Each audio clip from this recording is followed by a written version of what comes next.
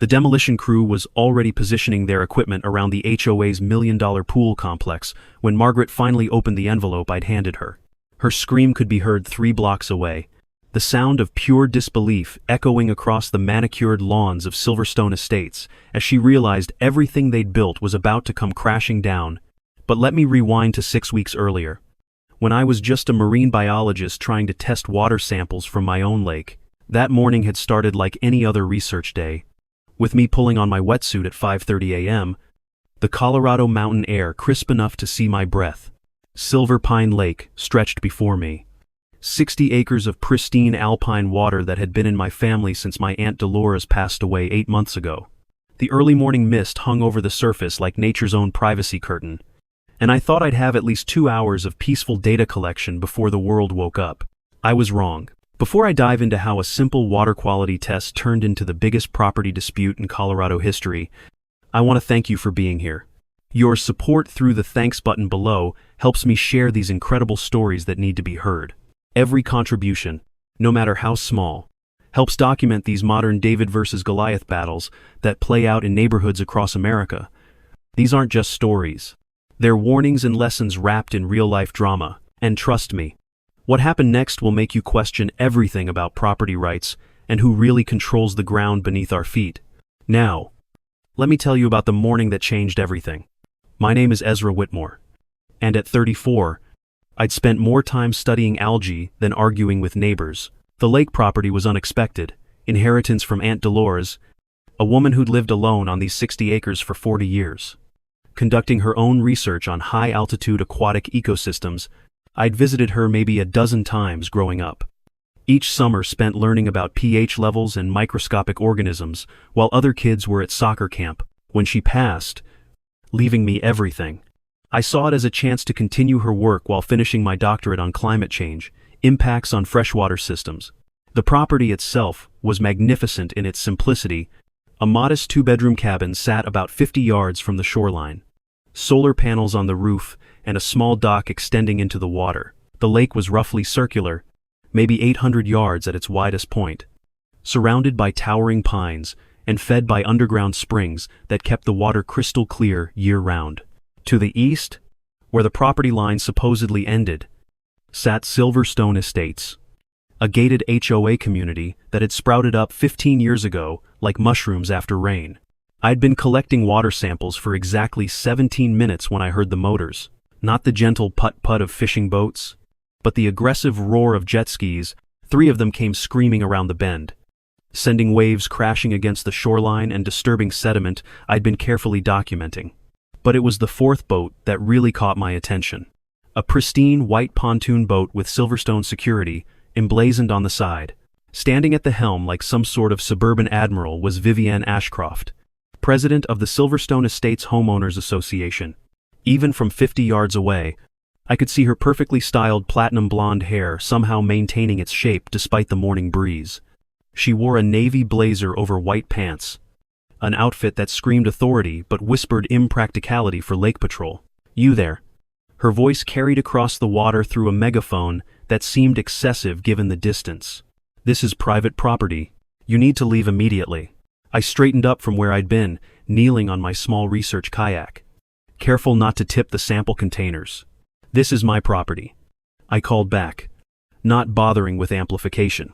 "I'm conducting authorized research." The pontoon boat moved closer, and I could now see 2 security guards flanking Vivienne, their faces hidden behind unnecessary sunglasses, given the early hour. One of them was filming with his phone, a detail that would become important later. "Sir, I'm going to need you to exit the water immediately." Vivienne's tone had shifted from commanding to threatening. "You're in violation of Silverstone Estates, water safety regulations, and conducting illegal commercial activities on our lake." That phrase stopped me cold. "Our lake?" I paddled closer, my scientific mind immediately categorizing this as an interesting specimen of suburban entitlement. "I think there's been a misunderstanding. This is Silver Pine Lake, and it's part of my property. I inherited it from Dolores Whitmore." Vivienne's expression shifted. Just for a moment, something flickering across her features that looked almost like recognition. Or was it satisfaction? She quickly covered it with a practiced smile that didn't reach her eyes. "Mister, Whitmore. Is it? I'm afraid you're mistaken about the property boundaries. The lake belongs to Silverstone Estates. We've maintained it for 15 years as part of our lake rehabilitation project. There it was again. That possessive pronoun that made my skin crawl. But it was the phrase lake rehabilitation project that really caught my attention. What exactly needed rehabilitating about a pristine alpine lake? I have the deed and property surveys, I said, trying to keep my voice level, despite the adrenaline starting to pump through my system. The lake is clearly within my boundaries. Deeds can be interpreted many ways, Vivienne replied, her smile growing sharper. But right now, you're engaged in commercial activities without proper permits. That's a finable offense. She turned to one of the security guards. Call the sheriff's department. We have a trespasser refusing to comply. The absurdity of being called a trespasser on my own property should have been funny. But the predatory gleam in Vivienne's eyes killed any humor. As I paddled back toward my dock, I noticed something that made my scientific instincts flare. Near the eastern shore, where the HOA's property supposedly began, there was construction debris in the water, fresh concrete dust creating an unnatural film on the surface. And was that rebar sticking up from the shallows? I quickly collected a sample from that area, my hands working on autopilot while my mind raced. What were they building so close to the water? And why did Vivienne seem so confident about her claim to the lake? 20 minutes later, I was standing on my dock in dry clothes when the sheriff's cruiser pulled up. Deputy Reeves was a tall, lanky man who looked like he'd rather be anywhere else. He glanced between his notepad and the gathering crowd from the HOA that had mysteriously materialized to watch the drama unfold. Mr. Whitmore, I've got a complaint here about unauthorized commercial activities and trespassing, he said, his tone suggesting he found this as ridiculous as I did. Can you explain what you were doing out there? I showed him my research permit from the state, my university credentials, and most importantly, the property deed. He studied them with the careful attention of someone who dealt with HOA disputes before and knew they could escalate quickly. Looks like you're in the clear to me, he said, handing back my documents. This is clearly your property, including the lake, Deputy Reeves. Vivienne's voice cut through like a knife dipped in honey. Perhaps you're not aware of the full situation. Mr. Whitmore was conducting commercial research activities that could contaminate our community's water source. We have over 200 families who rely on this lake for recreation. The lake that's on his property? Deputy Reeves asked, his eyebrow raised. Vivienne's composure cracked slightly. Water rights are complex. Deputy, the Silverstone Estates HOA has established use rights through 15 years of maintenance and improvement. Our lawyers will be happy to explain the nuances. She pulled out her phone and typed rapidly, then looked up with that sharp smile again. Mr. Whitmore, you should expect a formal notice of violation shortly. The fine for unauthorized commercial activities on HOA-regulated waters is $2,000 per incident. And since you've admitted to conducting research here multiple times, she let the threat hang in the air like morning mist. After everyone left, I stood on my dock staring at the lake that apparently wasn't as clearly mine as I'd thought. That's when my nearest neighbor appeared through the tree line. Jasper Holloway was in his 70s. A retired land surveyor who'd lived in the area long before Silverstone Estates existed. His property bordered mine to the north, a comfortable distance that made for good neighbors. Quite a show this morning, he said, joining me on the dock without invitation in that way longtime locals did. Vivienne's getting bolder. You know her? Jasper snorted. Known of her for 5 years. Since she took over as HOA president, she's been eyeing this lake like a hawk circles prey. You're not the first person she's tried to push out. That caught my attention. What do you mean? 3 other property owners on the east side of the lake, all forced out in the last 18 months. The Weatherbys, nice retired couple, got hit with so many fines and legal threats, they sold just to get peace. The Wynn family, they fought for a while, but eventually gave up when their kids started getting harassed at the community pool. And old Pete Garrison, he held out the longest, until his dock mysteriously burned down. Fire department called it an electrical issue. But Pete swore he'd never had electric running to that dock. My scientific mind immediately started cataloging patterns, and they all sold to? Shell companies. But money all traces back to Silverstone development interests, if you dig deep enough. They've been assembling parcels, And yours is the big prize. Control your 60 acres and they control the whole lake. But why? I asked.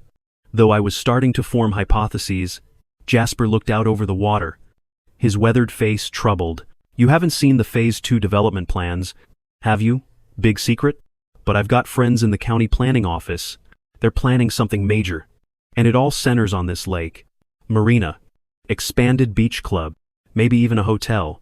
But they need total control of the water to make it work. The construction debris I'd noticed suddenly made more sense. They were already building, assuming they'd force me out like the others. But Aunt Dolores had held firm for 40 years. There had to be a reason. Jasper, did you know my aunt well? His face softened. Dolores was a force of nature. Smart as a whip and twice as sharp when crossed. She knew exactly what she had here and what it was worth. Kept meticulous records too. If I were you, I'd go through her papers real careful. She mentioned once that there were things about this land that would surprise everyone. That evening, I found myself in Aunt Dolores's study, a room I'd barely entered during my visits. File cabinets lined one wall, each drawer labeled in her precise handwriting. Lake Studies, 1,983 1,990. Property Documents Original. Water Rights Research. And most intriguingly, Ashcroft History. I pulled out the Property Documents folder first. The original deed from 1887 was there, written in flowing script on parchment that felt like history itself. But it was the language that made me sit back in my chair. The property boundaries were described in detail, but the lake description was even more specific. All water, surface and submerged lands, mineral rights, and aquifer access of the body of water known as Silver Pine Lake, from shoreline to shoreline, surface to bedrock. This wasn't just ownership of water rights, this was ownership of everything, down to the lake bottom itself. But it was a handwritten note in the margin, in Aunt Dolores's writing, that made my heart race. Federal water rights established 1,887. Senior to all other claims. They can't touch this. I was so absorbed in the documents that I almost missed the sound of engines outside. Through the window, I could see lights on the lake, boats moving in the darkness. I grabbed my night vision camera, a piece of equipment I used for documenting nocturnal lake activity, and crept down to the shoreline. What I saw made no sense at first. A workboat with Silverstone security markings was positioned near the eastern shore, right where I'd noticed the construction debris. Two men were lowering something into the water, their movements careful and deliberate. I started recording. The infrared image grainy but clear enough to show they were dumping what looked like concrete forms into the lake. Illegal dumping was a serious environmental crime. But this seemed too brazen even for an aggressive HOA. Unless they were so confident about taking control of the lake that they didn't care about current ownership, or unless they were building something that required foundations in the lake itself. The next morning brought the promised violation notice, hand-delivered by a process server who looked apologetic. $2,000 for commercial activities in HOA-regulated waters, with additional fines accruing daily until ceased. The letterhead was impressive, full of legal language designed to intimidate, but it was the attached document that really caught my attention. A cease and desist order for all research, commercial, recreational, or access activities on Silver Pine Lake, effective immediately. They weren't just trying to fine me, they were trying to ban me from my own lake entirely. I called the only lawyer I knew who specialized in property rights. Celeste Nakamura had made a name for herself fighting developer overreach in Colorado. And when I explained the situation, she agreed to meet me that afternoon. This is aggressive, even for HOA standards, she said. Reviewing the documents in my cabin, Celeste was in her 40s, with sharp eyes that missed nothing and a reputation for taking cases others wouldn't touch. But something doesn't add up. HOAs don't usually go this hard unless they're confident they'll win. What aren't you telling me? I showed her the nighttime footage and the water samples I'd collected. They're building something in the lake, without permits. From what I can tell, her expression darkened. If they're already investing in construction, they must think ownership is a done deal. We need to dig deeper. Can you get me everything your aunt documented? And I mean everything. Property disputes often hinge on historical details everyone's forgotten. As she prepared to leave, Celeste paused at the door. Be careful, Ezra. In my experience, when this much money is at stake, people get desperate. Document everything. Install security cameras, and maybe consider staying somewhere else for a while. But I couldn't leave. This was my research site, my inheritance, my responsibility. That night, I set up motion-activated cameras around the property and began the deep dive into Aunt Dolores's files. What I found in a box labeled Water Wars 1995 changed everything. There had been a previous attempt to claim the lake. A development company called Ashcroft Industries had sued for water rights in 1992, claiming prescriptive easement. The case had gone all the way to federal court, where Aunt Dolores had won decisively. The judgment was clear. Federal water rights from 1887 superseded all other claims, but it was the name that made me freeze. Ashcroft Industries.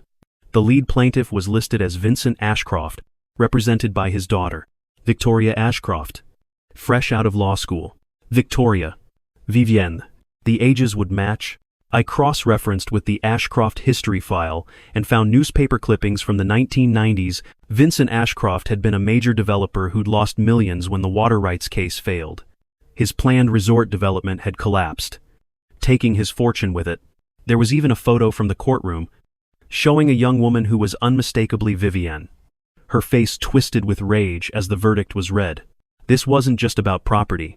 This was about revenge. Served cold after 30 years of planning. My phone buzzed with a text from an unknown number.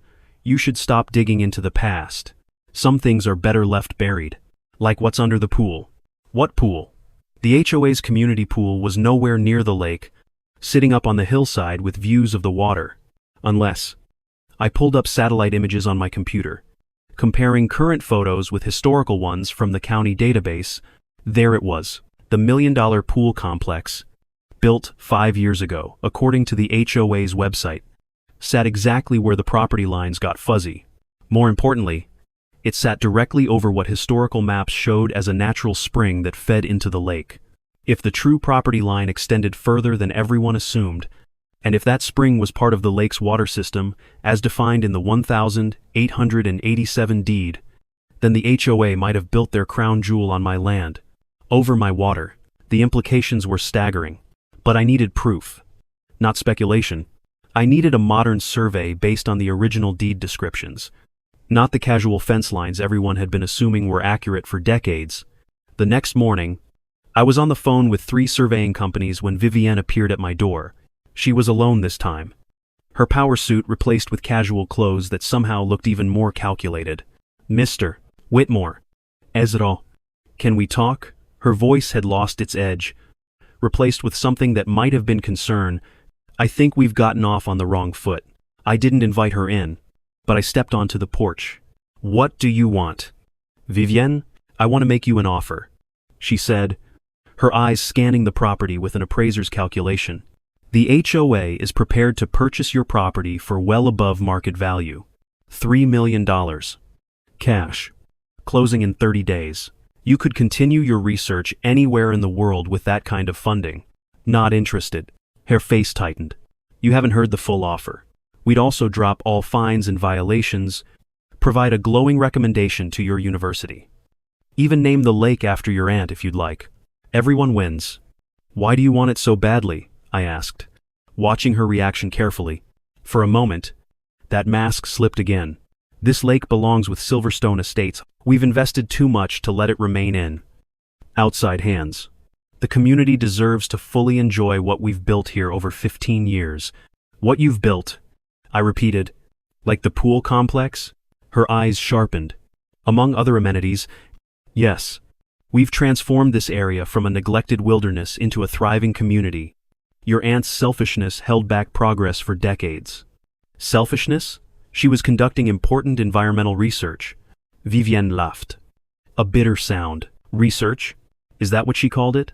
Hoarding resources, while families couldn't access clean recreation, while property values stagnated, while development that could benefit hundreds was blocked by one stubborn woman.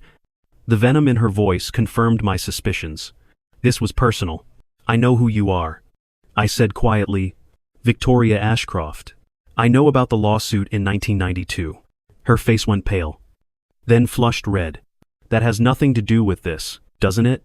Your father lost everything trying to steal this lake. Now you're trying to finish what he started. She stepped closer, her voice dropping to a whisper. Your aunt destroyed my family. My father never recovered from that loss. He died, broken and bitter, convinced the Whitmores had cheated him out of his rightful legacy. So yes, it's personal, but it's also business. That lake is worth $50 million in development potential. Your little science experiments are nothing compared to what could be built here. Built on stolen land. You mean? Stolen? Her laugh was harsh. My family settled this area in the 1890s. We were here first. Until your aunt's family swooped in with their federal connections and paper tricks. But paper can be interpreted many ways. Ezra, and I've spent 30 years learning exactly how flexible property law can be. She turned to leave. Then paused. You have a week to reconsider my offer. After that, things will get unpleasant. Ask the Weatherbys. Ask the Nwins. Ask Pete Garrison. Oh wait. You can't. They all sold and moved away. Far away. That night, I couldn't sleep. I kept thinking about her words. About the construction in the lake. About that cryptic text mentioning the pool. At 3 a.m., I gave up and went back to the files. There had to be something else. Something Aunt Dolores had found that made her so confident. In a manila envelope labeled insurance. I found it, not insurance document, but photographs, dozens of them, all dated and notarized. Pictures of survey markers, of construction projects, of property lines, and there, in a series from 2019, were photos of the pool complex construction. In several shots, I could clearly see survey stakes, and in the background, my aunt's distinctive orange kayak pulled up on what was definitely her property. But it was the last set of photos that made me sit down hard. Underwater images, taken with professional equipment, showing what looked like concrete pillars driven into the lake bed. Recent construction. Based on the lack of algae growth, the GPS coordinates were written on each photo in Aunt Dolores's hand. I plotted the coordinates on a map. The pillars formed a rough line across the lake, right where shallow water gave way to the deeper basin, like foundation markers for something massive, like a marina. My phone rang at 3:47 a.m. Celeste's voice was urgent. Ezra, I just got an anonymous email. Someone sent me the HOA's internal development plans. You need to see this. They're not just planning a marina, they're planning to dam part of the lake. Create a controlled water feature for a casino resort. The permits are already in process. Just waiting for final approval once they secure total ownership. A dam? That would destroy the entire ecosystem and make them millions. But here's the thing. The plans show they've already started construction. Those concrete forms in the water? They're building the dam foundation. Assuming you'll be forced out like the others. I thought about the federal water rights. About the 1,887 deed. About Aunt Dolores's 40-year fight to protect this place. They made one mistake. I said, what's that? They started building before they owned the land.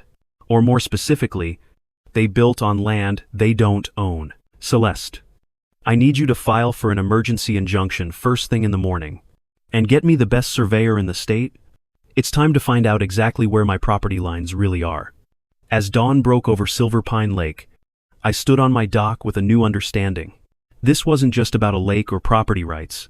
This was about a 30-year vendetta, a massive development scheme, and the question of who really owned the ground beneath millions of dollars of construction.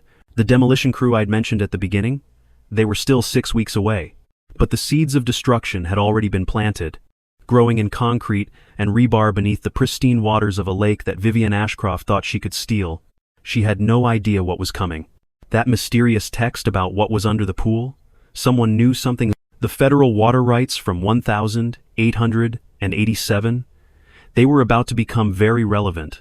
And those underwater photos my aunt had carefully documented? They were about to blow this whole conspiracy wide open. But first, I had to survive the next 6 weeks. Because if Vivian's past tactics were any indication, Things were about to get very dangerous for the marine biologist who stood between her and $50 million of development dreams. The war for Silver Pine Lake had officially begun, and I was about to discover just how deep these waters really ran. The black SUVs arrived at 7 a.m. sharp, exactly 1 hour after Celeste filed our emergency injunction. 3 identical vehicles rolling up my driveway like a corporate invasion force. I watched from my window as men in $1,000 suits emerged, their faces hidden behind sunglasses despite the cloudy morning. The lead attorney, a silver-haired man who radiated expensive menace, carried a briefcase that probably cost more than my monthly salary. "Mr. Whitmore," he called out when I stepped onto the porch. "I'm Harrison Blackwood from North Star Development Corporation. I believe we need to discuss your future." North Star. I'd heard that name in Jasper's warnings, seen it in the Shell Company documentation. This wasn't just the HOA anymore. This was the real money behind Vivienne's schemes. "We're prepared to make you an exceptional offer," Blackwood continued, his smile sharp as winter ice. $10 million for immediate transfer of all property and water rights. Cash. No contingencias. Close in 72 hours. "Not interested," I said, noting how his associates were photographing my property from every angle. "Perhaps you don't understand the situation." Blackwood's tone shifted from silk to steel. "Silverstone Estates has established beneficial use of these waters for 15 years. The community's health and safety depend on continued access. If necessary, we're prepared to pursue eminent domain proceedings for the public good. Éminent domaine requiert actuel public bénéfice." Celeste's voice came from behind me. She'd arrived without my noticing, slipping through the back door like the legal ninja she was. "A casino resort hardly qualifies." Blackwood's eyes narrowed. "Miss Nakamura, I should have known you'd be involved. Still fighting lost causes? Still winning them?" She replied smoothly. "Now, unless you have actual business here, you're trespassing on private property." The lawyer reached into his briefcase and pulled out a thick folder. Water quality reports from the past 5 years showing deteriorating conditions in Silver Pine Lake. Environmental assessments suggesting immediate intervention is needed. Public health concerns that could force state action. He smiled coldly. "You can fight us, Mr. Whitmore. But can you fight the entire state Environmental Protection Agency?" After they left, Celeste and I spread their documents across my kitchen table. The reports were professionally done, showing alarming levels of contamination that I knew didn't exist. My own testing showed the lake was pristine, fed by underground springs that had filtered through mountain rock for centuries. "They're fabricating evidence," I said, comparing their data to my research. "Of course they are." Celeste agreed, "But by the time we prove that, they'll have pushed through emergency measures, unless—" She trailed off, studying my test results more carefully. "Ezra, these readings from the eastern shore, near the construction, what do they show?" I pulled up the analysis on my laptop. "Elevated chlorine levels. Chemical stabilizers. Algae acides. Classic swimming pool contamination. But the concentrations are weird. Too diluted for surface runoff?" "What if it's not runoff?" Celeste asked. "What if it's seepage?" The pieces clicked together in my mind. The pool complex. If they built it over the natural spring that feeds the lake, then they've been contaminating your water source for 5 years. Celeste finished. "That's a federal crime under the Clean Water Act." I thought about the underwater photos. The concrete pillars, the construction debris. We need comprehensive testing, not just the lake, but the springs, the groundwater, everything. The next 3 days were a blur of scientific sampling and legal maneuvering. I brought in Dr. Patricia Sandoval, a hydrogeologist from the university who specialized in alpine water systems. What she found changed everything. "This is extraordinary," she said, reviewing the sonar readings of the lake bottom. "You're sitting on one of the largest untapped freshwater aquifers in the state. The lake is just the surface expression. Below, there's a vast underground reservoir. Pristine water filtered through granite formations. We're talking billions of gallons." "How much is it worth?" Celeste asked, already thinking about legal strategies. "In this drought-prone region, invaluable. Cities would pay millions just for access rights. A casino would need massive water supplies." Patricia paused. studying the contamination data, but here's the troubling part. That pool complex isn't just built near a spring, it's built directly over the primary recharge zone. Their construction has punctured the natural barrier between surface and groundwater. She showed us the imaging results. The pool's deep end extended far below what would be normal, with concrete pillars driven into the bedrock. Cracks were visible in the sonar images, and chlorinated water was seeping into the aquifer system. They turned $1 million pool into a toxic injection. Well, Patricia concluded. Every chemical they use is going straight into the groundwater. That evening, Vivienne called an emergency HOA meeting. The community center was packed, residents worried about their property values and water access. I sat in the back with Celeste, documenting everything. Fellow homeowners, Vivienne began, her voice passionate with fabricated concern. We face a crisis. The individual who inherited the Whitmore property is threatening our way of life, our children's safety, our community's future. He wants to ban us from the lake we've maintained and cherished for 15 years. The crowd murmured angrily. Margaret Thornfield, the HOA treasurer, stood up. What exactly is he demanding? Complete exclusion. Vivienne led smoothly. No swimming. No boating. No access to the water we've invested millions in maintaining. He claims ancient property rights supersede our established use. That's not true. I stood up, my voice carrying over the shocked whispers. I've never tried to ban anyone. I'm trying to protect the lake from illegal development that will destroy it for everyone. You're trespassing on private property. Vivienne snapped. Security. Remove him. Actually, a new voice spoke from the doorway. He's my guest. Everyone turned to see a woman in her 50s, professionally dressed, but with the weathered look of someone who spent time outdoors. She walked to the front with confidence born of authority. I'm Rebecca Hartwell, longtime resident and HOA board member, a position I've held since before Miss Ashcroft arrived. She faced the crowd. I've been silent too long, watching our president pursue personal vendettas with HOA resources, but when I learned about Project Neptune, I couldn't stay quiet. Vivienne's face went pale. Rebecca, this isn't the time. It's exactly the time. Rebecca interrupted. Residents deserve to know that our president has been using HOA funds to secretly purchase lakefront properties, not for community benefit, but for a private development deal with North Star Corporation, a deal that will transform our quiet community into a casino resort. The room erupted.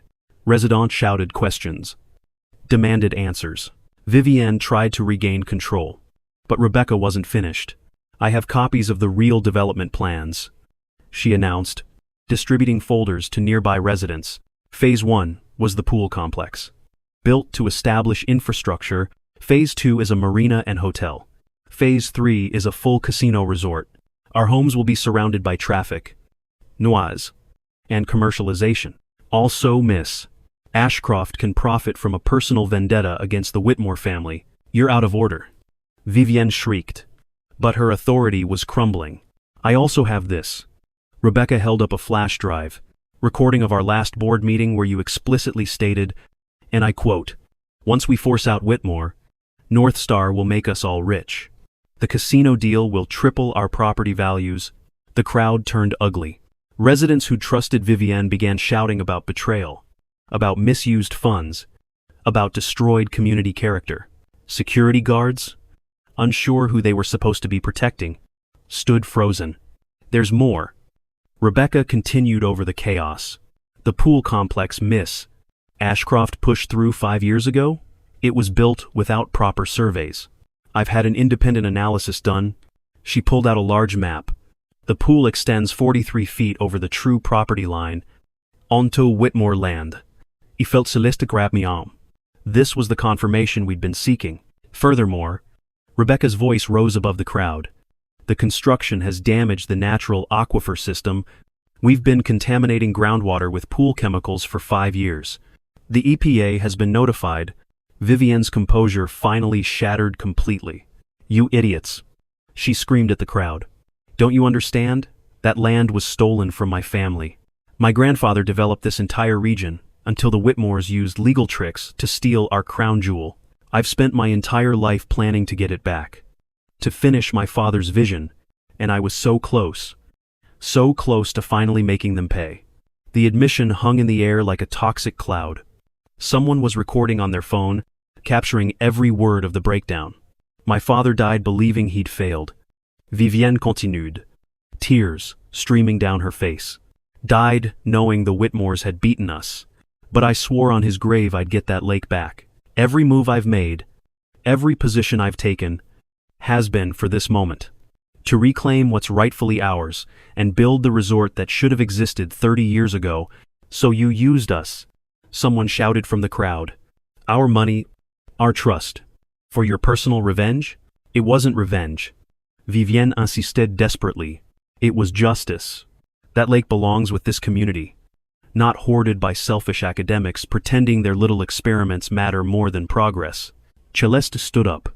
Miss Ashcroft, in front of all these witnesses, are you admitting to using HOA resources for personal gain? To conspiring with developers to force out a property owner?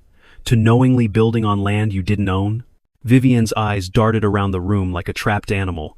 I want me lover. You'll need one. A new voice spoke from the entrance. FBI Special Agent Monica Rivera walked in. Badge displayed prominently. Vivienne Ashcroft. You're under arrest for wire fraud, conspiracy to commit environmental crimes, and violation of the RICO Act. The room exploded again as more federal agents entered. Vivienne tried to run but didn't make it 3 steps before being restrained. As they led her away, she locked eyes with me one last time. This isn't over, she hissed. That lake killed my father's dreams. I won't let you keep it. But it was over for her. The FBI had been investigating North Star's casino developments for months, and our evidence of local corruption fit perfectly into their larger case. Agent Rivera spent 2 hours taking statements, collecting documents, and photographing evidence. Mr. Whitmore, she said privately afterward, your documentation is exemplary. Your aunt would be proud. She helped us with a similar case in the 90s. Did you know that? I didn't. But it explained the meticulous records she'd kept. The next morning brought controlled chaos. EPA investigators swarmed the pool complex, taking samples and measurements. The survey team Celeste had hired worked with laser precision, marking true property boundaries based on the 1,887 deed. News crews appeared, drawn by the story of massive HOA corruption and environmental crimes. But the real shock came when the pool was drained for inspection. As the water level dropped, the extent of the damage became visible. The deep end wasn't just deep, it was a massive excavation that had broken through into the natural spring system. Cracks in the concrete showed where water had been exchanging between the pool and the aquifer for years. This is catastrophic. The lead EPA inspector told me, every chemical, every contaminant, has direct access to the groundwater. The entire aquifer could be compromised. Dr. Sandoval's full analysis was even worse. The chlorinated water had created a plume of contamination spreading underground. While most of the aquifer remained clean, the damaged area would take decades to naturally remediate. The pool has to go, she concluded. Complete removal, excavation of contaminated soil, restoration of the natural spring flow. It's the only way to stop further damage. 3 days later, Harrison Blackwood made one last attempt. He showed up alone, without the corporate intimidation squad, looking older and tired. The North Star board is willing to pay for full remediation, he offered. Complete the casino project, and we'll spend whatever it takes to fix the water issues. Modern technology, best practices. We could even enhance the natural system. Still not interested, I replied. He sighed. You know, Vivienne was right about one thing. This could be developed responsibly, bring jobs and prosperity to the region. Your aunt's vision of pristine isolation isn't the only valid future. Maybe not, I admitted. But it's the future she chose. And it's the one I'm choosing too. Some things are worth more than money. He left without another word, and I never saw him again. North Star Corporation quietly withdrew from Colorado entirely after the FBI investigation expanded. The demolition began 2 weeks later. By then, the HOA had voted to dissolve itself rather than face bankruptcy from lawsuits and remediation costs. The residents formed a new community organization with Rebecca Hartwell as president. focused on actual community benefit rather than secret development schemes. I stood with Margaret Thornfield as the excavators moved into position around the pool complex. She was crying, but not from sadness. I put my life savings into HOA special assessments, she told me. Vivienne convinced us we were investing in our future. I believed her completely, until that meeting when she admitted everything. That's when I handed her the envelope that caused the scream I'd mentioned at the very beginning. Inside was a check for $50,000 and a legal document. "What is this?" she asked, hands shaking. "Restitution," I explained. "My lawyers negotiated a settlement with North Star and the HOA's insurance. Every resident who was defrauded gets their money back. Plus dommage. You're the last one to be notified." Her scream of joy echoed across Silverstone Estates as she realized she wasn't ruined after all. Other residents began arriving, drawn by the commotion and the sound of demolition beginning. Many brought lawn chairs and coolers, turning the destruction into an impromptu community event. The pool complex came down piece by piece. First, the buildings, then the decking, finally the pool itself. When the excavator broke through the bottom, water began flowing immediately, the natural spring reasserting itself after 5 years of imprisonment. "Look at that, Dr. Sandoval pointed to the emerging flow, crystal clear, just as it should be. Nature's already beginning to heal.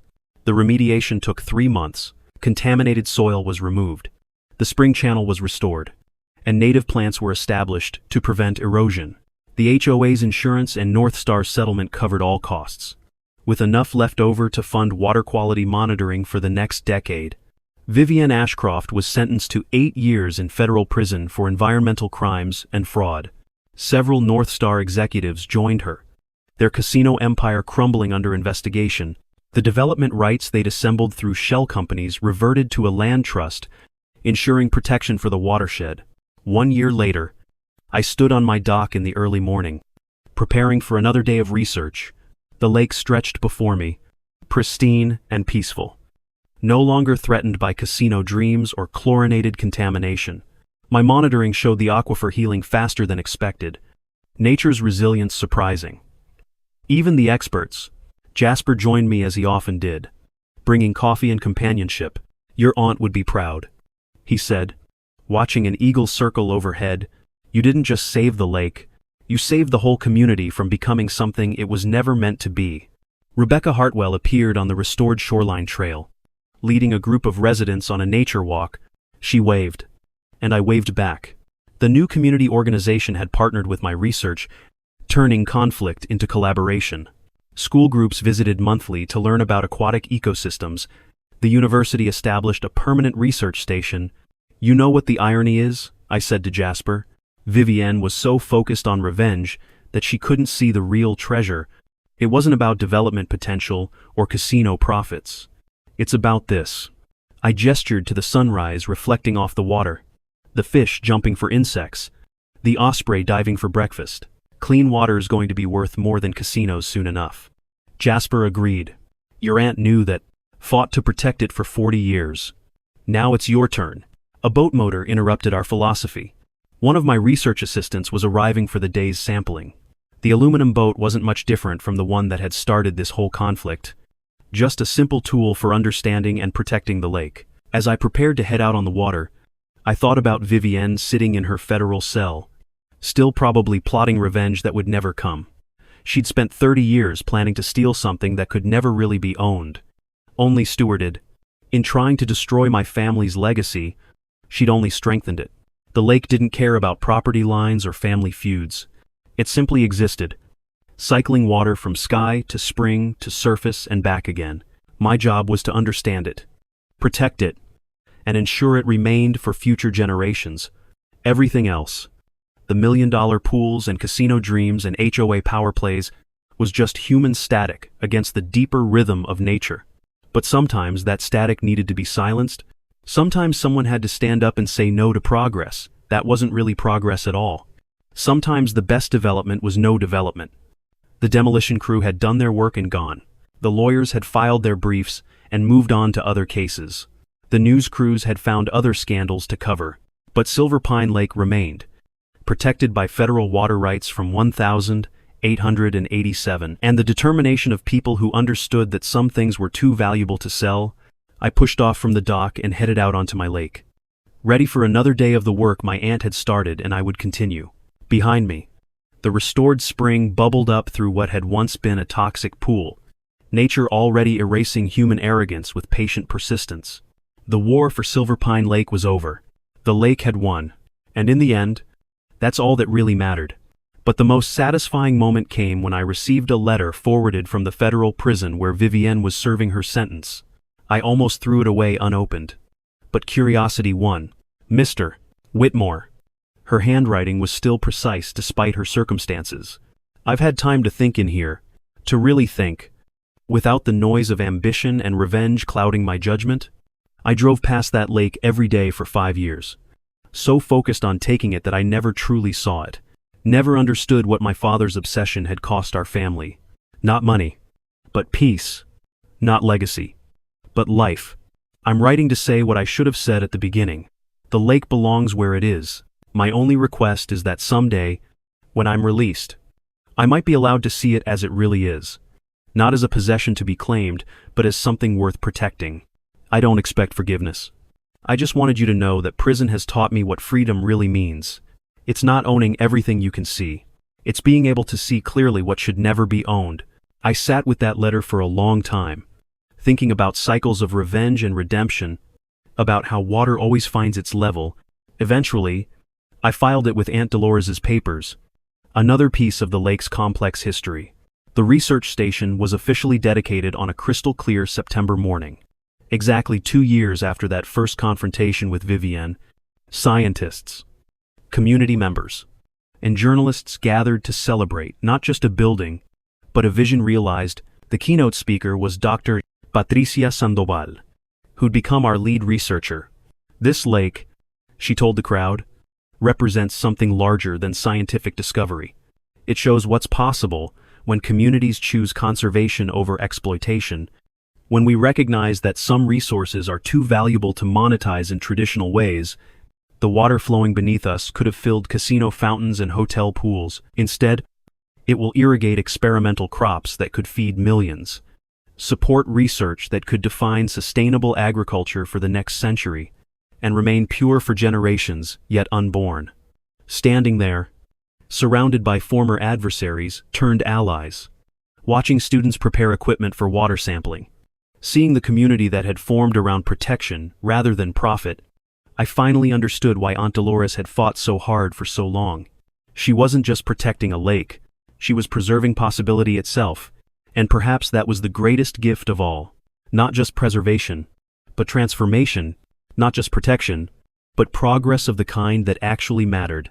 The boat that had started this whole saga still sat at my dock, aluminum hull gleaming in the morning sun, ready for another day of discovery on waters that no casino would ever touch.